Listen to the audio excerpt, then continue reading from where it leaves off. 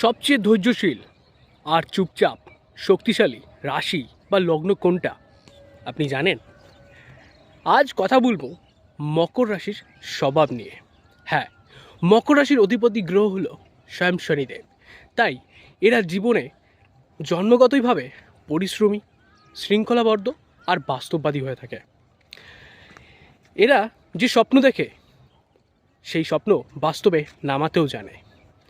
মকর রাশির মানুষের জীবনে সফলতা একটু ধীরে ধীরে আসে, কিন্তু একবার যখন আসে বা একবার যখন সফলতার শীর্ষে পৌঁছায় তখন তাদের কেউ নামাতে পারে না।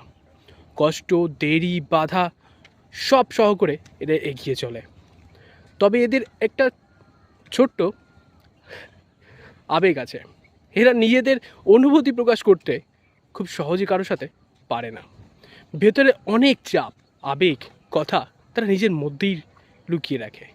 মকর রাশির ব্যক্তিদেরকে বা প্রত্যেক লগ্ন জাতকদেরকে এটা বলতে পারি, নিজেদেরকে বিশ্রাম দিন একটু, আর নিজের আবেগকে প্রকাশ করতে শিখুন।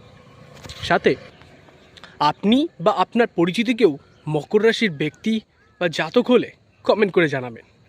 এমন ভিডিও পেতে চ্যানেলটি সাবস্ক্রাইব করবেন। ওম নমঃ শিবায়।